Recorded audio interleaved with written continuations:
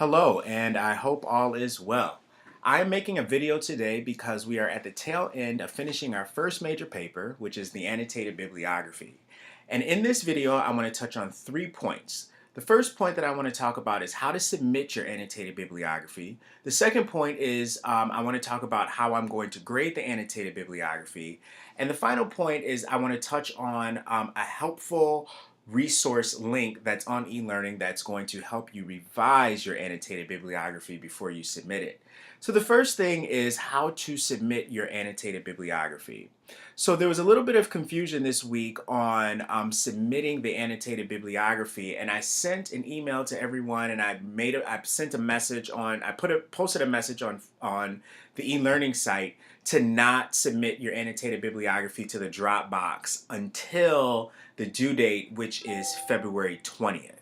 So as a reminder, the final annotated bibliography is due February 20th, and that is to be uploaded in the Dropbox on eLearning.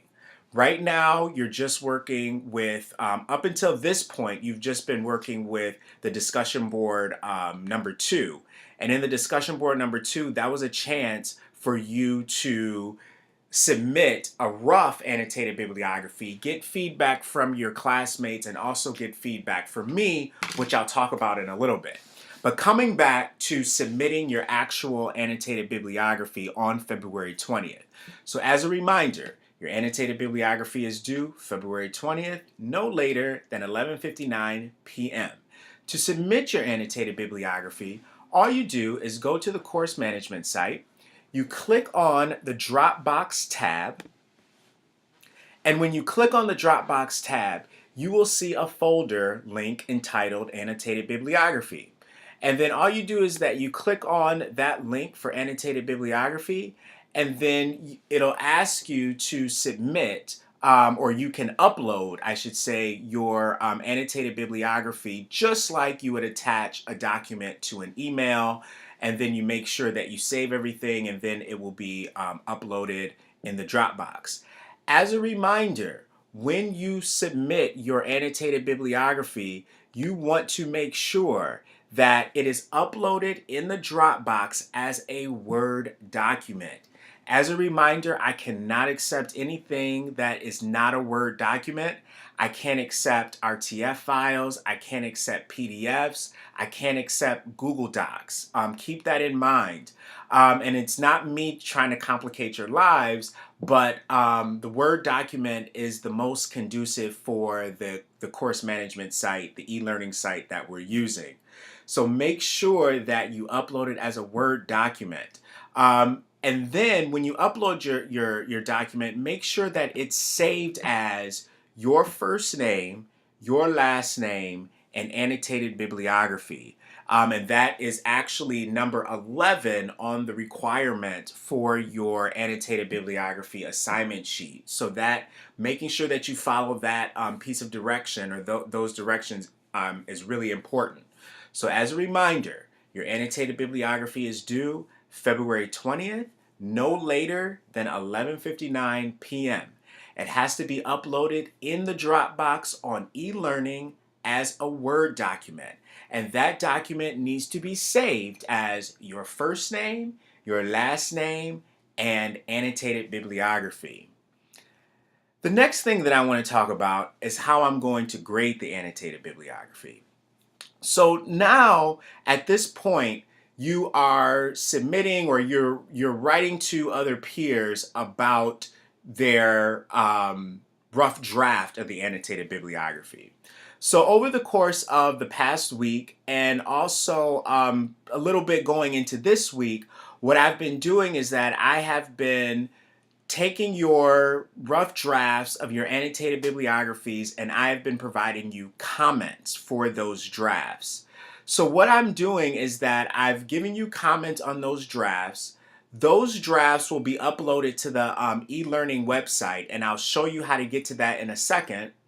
And then you'll take my comments along with comments given to you by your peers. For those of you that have decided to go to the RIT Center or submit your paper to the RIT Center, and then you'll make revisions based off of the comments that you've received from your annotated bibliography.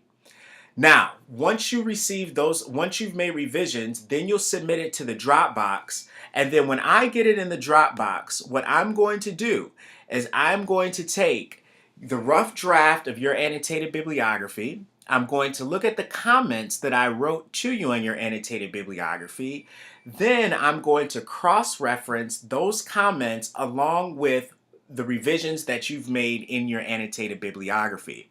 And I'm going to do all of that according to the grading rubric on the annotated bibliography assignment sheet. So if I were you, I would make sure that I review the grading rubric on the annotated bibliography assignment sheet. Remember, there are 11 requirements that you need to follow.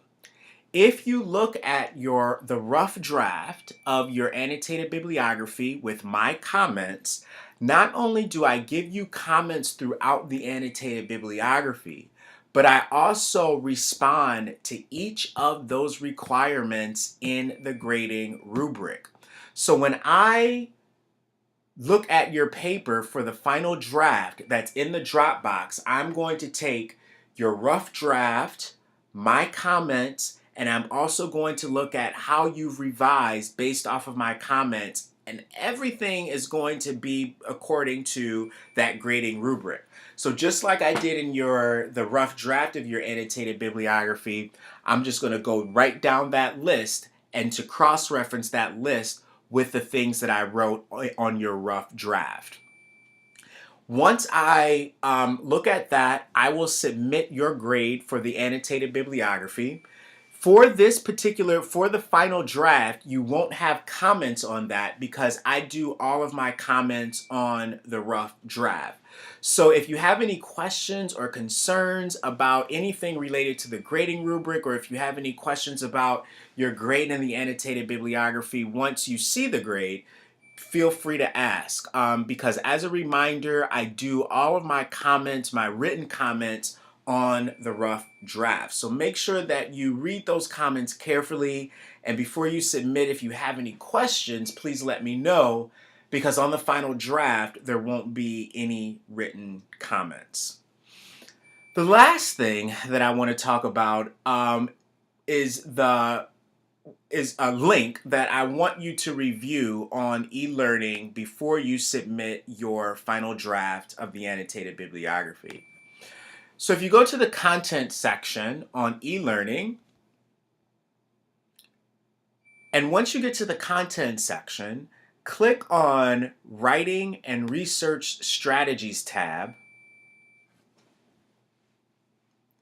And from there, I want you to click on Revision Strategies. Now, the Revision Strategies is a clip published by Duke University's English department in the English department, and this clip is about an 8-minute clip that is going to give you some good tips on how to revise your paper. I want you to familiarize yourself with this clip because this clip is not only going to be important in your annotated bibliography, but it's also going to be crucial in your final paper, which we'll talk about next week after you've submitted the annotated bibliography.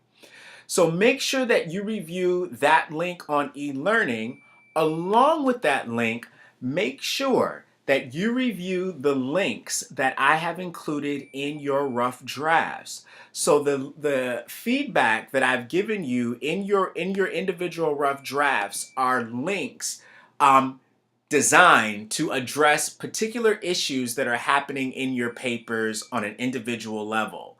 So make sure that you review those links carefully and thoroughly, because this is the information that I want you to think about as you move forward with writing the final draft for your annotated bibliography. So in terms of reviewing the links, make sure that everyone in the class, I want you to review that link on revision strategies in the content section on e-learning.